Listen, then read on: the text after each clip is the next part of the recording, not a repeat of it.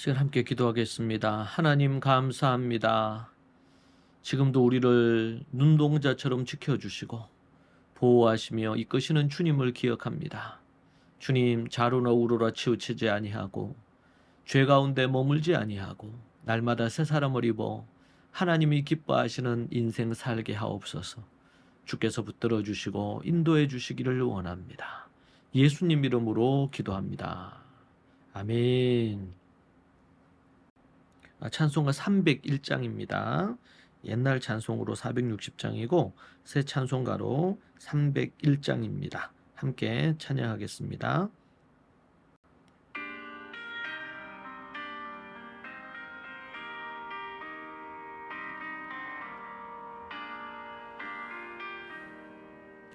지금까지 지내온 것 주의 크신 은혜라.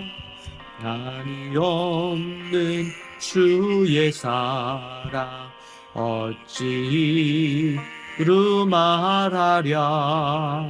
자나깨나 주의 손이 항상 살펴주시고 모든 일을 주 안에서 형통하게 하시네.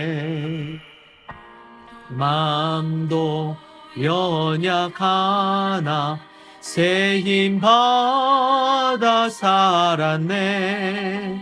물 붓듯이 부으시는 주의 은혜 족하다.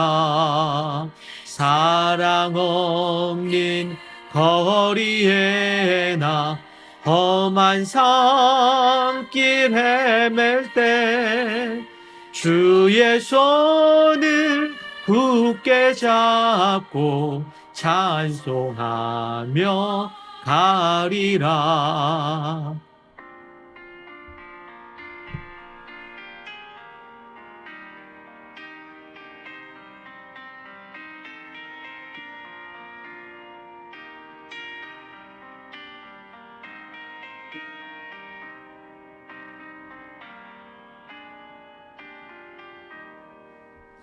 주님 다시 배올 날이 날로 다가와 무거운 짐 주께 맡겨 벗을 날 또 멀지 않네.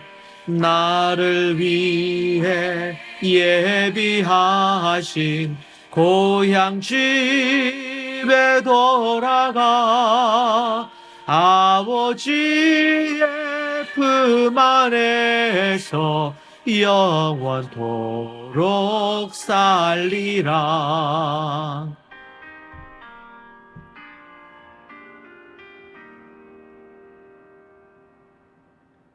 아멘. 하나님의 말씀 로마서 11장 25절에서 26절 말씀입니다. 로마서 11장 25절에서 26절 말씀 보겠습니다. 형제들아, 너희가 스스로 지혜 있다 하면서 이 신비를 너희가 모르기를 내가 원하지 아니하노니, 이 신비는 이방인의 충만한 수가 들어오기까지 이스라엘의 덜어는 우둔하게 된 것이라. 그리하여 온 이스라엘이 구원을 받으리라 기록된 바 구원자가 시온에서 오사 야곱에게서 경건하지 않은 것을 돌이키시겠고. 아멘.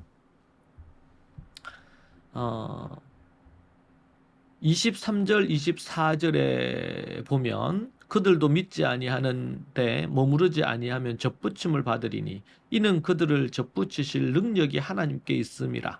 내가 원 돌 감람나무에서 찍힘을 받고 본성을 거슬러 좋은 감람나무에 접붙임을 받았으니 원 가진 이 사람들이 얼마나 더 자기 감람나무에 접붙이심을 받으랴.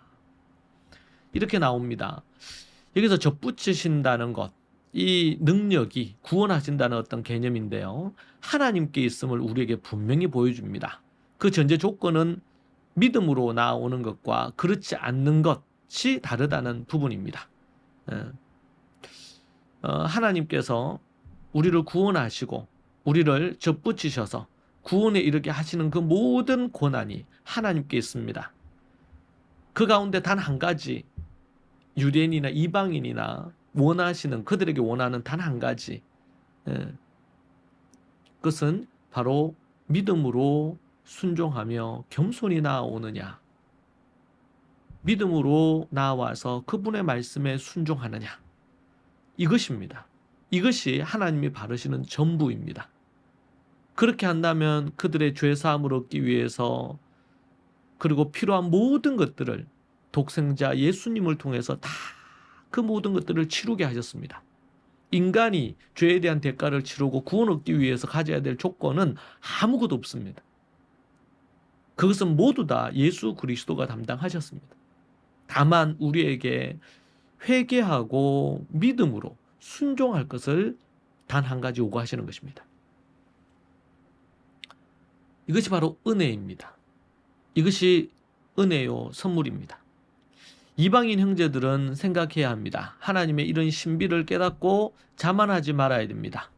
25절 26절에서 중요한 단어가 신비입니다. 이 신비는 이방인의 충만한 수가 들어오기까지 이스라엘을 덜어는 우둔하게 된 것이라. 이방인의 충만한 수가 들어오기까지 이스라엘로 하여금 우둔하게 하신 분이 하나님이라는 것입니다. 이방인의 구원을 위한 것이죠. 구원받기로 작정된 이방인의 수가 충만히 다 찰 때까지는 이스라엘 사람들 중에 불신앙을 고집하고 완고한 자들이 계속 있을 것이라고 말합니다. 그러나 언젠가 때가 되면 선택받은 온 이스라엘이 구원의 자리에 이르게 될 것입니다. 온 이스라엘이 구원의 자리에 이른다는 말은 모든 이스라엘 백성들이 개별적으로 전부 구원받는다는 의미가 아닙니다. 때가 되면 이스라엘의 국가적인 단위로 예수 그리스도의 복음을 받아들이는 대대적인 사건이 있을 것입니다. 바울의 이러한 언급은 이스라엘에 대한 예언입니다. 사도 바울은 하나님께서 유대인들을 불순종으로 인해 복음 안에서 이방인을 먼저 자녀를 삼으셨지만 그래도 유대인들을 위한 특별한 미래의 계획을 갖고 계심을 말합니다. 그 계획은 일정 기간 유대인들이 불신앙의 상태로 내버려 두셨다가 작정하신 이방인의 충만한 수가 차고 나면 그때부터는 본격적으로 유대인들이 회개하고 돌이키는 일들이 있을 거라는 것입니다. 바울은 이것을 신비라고 불렀습니다. 25절에 금방 읽은 말씀이죠. 형제들아 너희가 스스로 지혜 있다 하면서 이 신비를 너희가 모르기를 내가 원하지 아니하노니. 그러니까 우리가 잘나서 우리가 지금 구원 얻고 있거나 구원의 문이 열린 것이 아니고 하나님의 뜻이 계셔서 저들이 불순종하고 믿지 않은 것도 있지만 하나님께서는 이방인의 수가 들어오기까지 덜어는 이스라엘로 하여금 우둔하게 하셨다는 것입니다. 이것이 하나님의 신비라고 말하는 것이죠. 신비란 지금까지 감춰져 있어 확실하지 않았던 것, 하나님에 의해서 모든 사람이 알고 이해되도록 계시하셔서 보여주신 그 뜻을 신비라고 말합니다. 십자가와 부활에 이방인의 구원 등이 이 신비에 속하는 것입니다. 유대인들은 얼떨떨할 것입니다. 이방인의 구원은 상상도 하지 못했기 때문에 그렇죠. 그들의 왜곡된 사상과 가치 때문입니다. 인간의 지식과 지혜로는 도저히 알 수 없는 것입니다. 하나님의 지혜는 참으로 놀라운, 형언할 수 없을 정도로 놀라운 일입니다.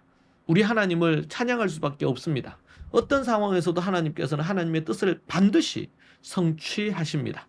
인간의 실패에도 불구하고, 이스라엘의 실패에도 불구하고 인간은 스스로 지혜 있다고 여기나 그분의 신비 앞에서는 더 할 말이 없습니다. 비교 불가한 신비인 것이죠. 누가 그분의 계획을 알고 그분의 뜻을 미리 알아차리겠습니까? 바울은 유대인이나 이방인을 구원하시려는 그분의 하나님의 계획, 하나님의 설계, 하나님의 시나리오를 말해줍니다. 이것을 보며 또 감탄하게 됩니다.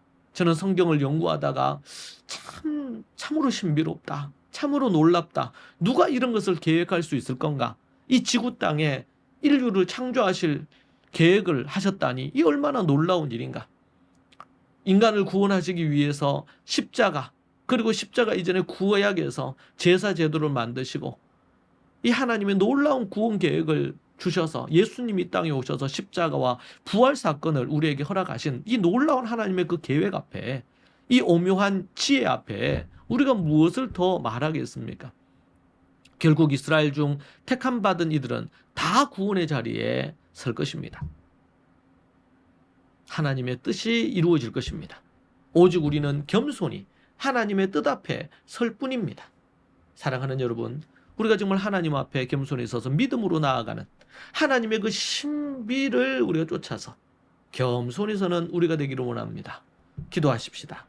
하나님 아버지, 감사합니다. 우리가 무엇이 관대 우리를 사랑하시고 이렇게 우리를 인도해 주시나요? 한 개인뿐만 아니라 한 민족을, 아니 이방 세계, 이 전 세계를, 지구 땅의 모든 인류를 향한 하나님의 그 계획을 봅니다.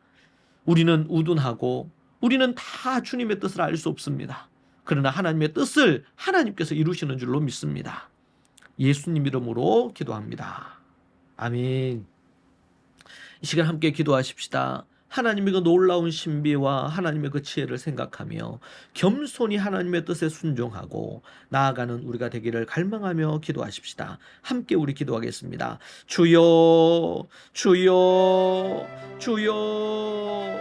하나님 아버지, 무엇이 관대 우리를 이렇게 인도하시나요? 하나님의 그 놀라운 계획을 다시 생각합니다.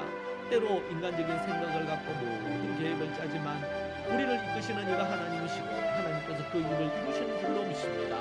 1세기 교회를 향한 이 비전을 하나님께서 허락하시고 우리를 여기까지 대구교회를, 경기교회를 이끄시는 이가 하나님이신 줄로 믿습니다. 날마다 그리고 겸손히 하나님 앞에 서는 자 되게 하옵소서.